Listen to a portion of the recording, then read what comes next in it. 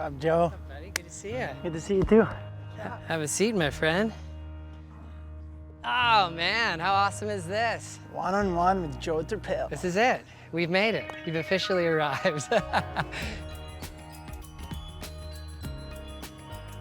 With being a competitive kid, did you actually have any other passions that could have drawn you down a different path, or was this always the ultimate goal? No, as a kid, it's actually funny. As a kid, I used to ski more than I surfed. And I used to actually chase ski races around Italy until I realized that just surfing was much more fun, and I still love going to the mountains. I snowboard more than I ski today, but surfing just had this different thing for me, and yeah, all I cared about was surfing. You know, there was moments where going to school, and in Italy we don't get many waves. And my mom already realized how much my brother and I love surfing, so if she knew that there was waves, she would come pick us up in school and say we had a doctor's appointment. And then a couple of times I do remember just, you know, the teacher saying, "You have a doctor's appointment." I'd be like, "No, I don't."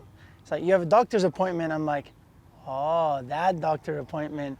Get in the car, my board was in the car already, and I would be the happiest kid, just show up and surf the whole day. Your mom is a special human. I love running into her around the world. Tell us about your mom. What makes her so special to you?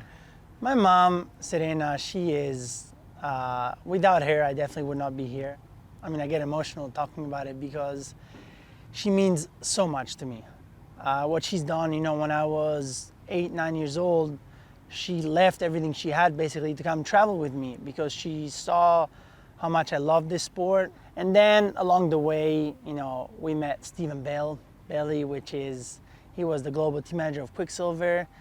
He fell in love with my mom, which at the start, I hated that because my mom was my mom. You know, my parents had not been together for a while, so my mom was mine. She was mine, and she did so much for me. We were always together that I wasn't sure, you know, once that happened, it was hard for me to accept it.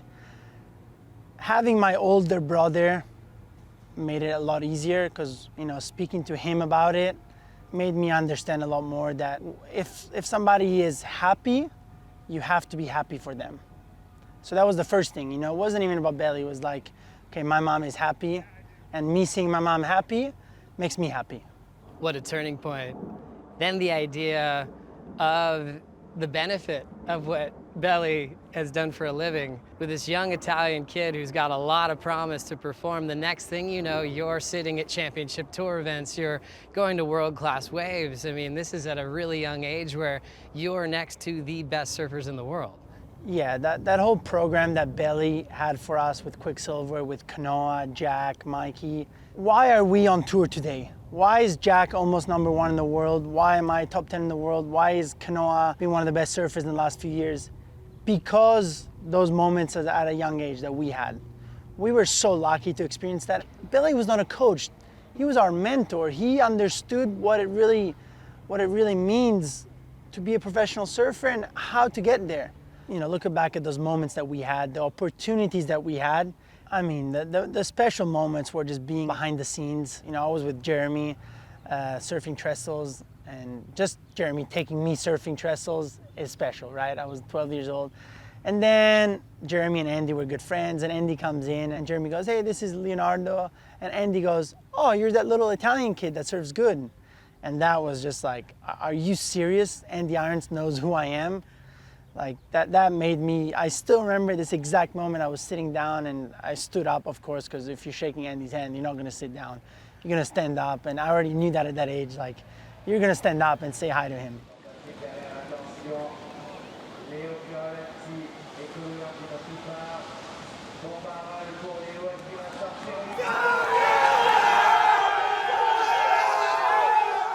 So many great moments in your career where I just feel like you start blazing your path and you've just been stopped, whether it be injuries, falling off tour, your back injury at pipe, your shoulder. What do you think your hardest one was to really overcome mentally and physically? The hardest one was when I had to have 2 back surgeries when I was 17 years old. Up until that moment, I never had any injuries, any hurdles. My career had always been I had sponsors, I was winning junior events. I got on the QS, I almost qualified when I was 16, so everything was going super positive, and then I hit a huge wall. It took me out for 6 months, and it taught me that it's never gonna be easy. And that was the best lesson that I could ever have. And honestly, I would break my back again if I was 17. And since then, I've realized that, you know, when I fell off tour, I qualified again because I never gave up. When I hurt my shoulder, I came back because I never give up. Last year when I didn't make the cut, I got back on the horse, even though I was frustrated. And I told myself, I'm not giving up. I want to be back there. And it all started from that injury when I was 17 years old. And it made me who I am today, of not giving up in the little moments in life or the big moments in life. And the first event back on tour, you know, I made my first ever final, which was a dream come true. And that just shows that I'm not somebody who will go down without trying my best. I was grateful to be in that final. I didn't win, still grateful because it was a special moment in my career. And you have to be grateful to live this life. Not many people in this world get to do what they love as a job. So at the end of the day, I'm so grateful for that. Even though I've worked for everything I have, I am lucky to be able to say that. And so lucky to be like in a Gucci photo shoot. What? Did you ever think that was gonna happen? Being Italian, I've always, in a way, liked to dress well. If we go to dinner, my mom would be like, you cannot go out wearing shorts and you have to wear a shirt or pants or nice shoes, or you have to always present yourself in a nice way. In a way, it's similar to surfing, how everybody has their style in the water. But the difference is, in surfing, sometimes we worry too much about what others think. In the fashion world, every single person does whatever they want. And I think if we start bringing a bit more of that in the surfing world, it's going to be positive for us. It's really cool to see people like Griffin who are not afraid to be themselves. And there should be much more of that. You're past the mid-season cut, man. It is freedom from here on out. Or does it feel like that? I haven't looked at it as freedom, not one bit. For me this year, especially post-cut, is super important because, well, one, I have my goals of making the top 5, but also as far as Olympic qualification for me is very big. And this back end, you know, if I perform well, I'll be going to Tahiti next year, to Paris 2024. So I'm looking at it the same way that I was before the cut. There's something really cool about you representing a region in Europe, Italy, being the first, so many firsts, to qualify, to make a CT final, you know, the list goes on and on. What would you say is the coolest part of having a nation just surround you and you able to carry that on your own? That's gotta be amazing.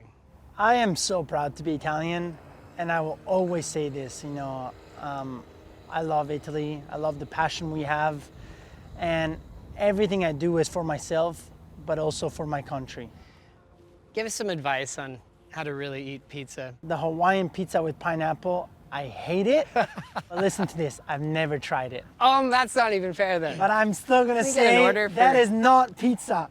Pineapple does not go on pizza. I do not care.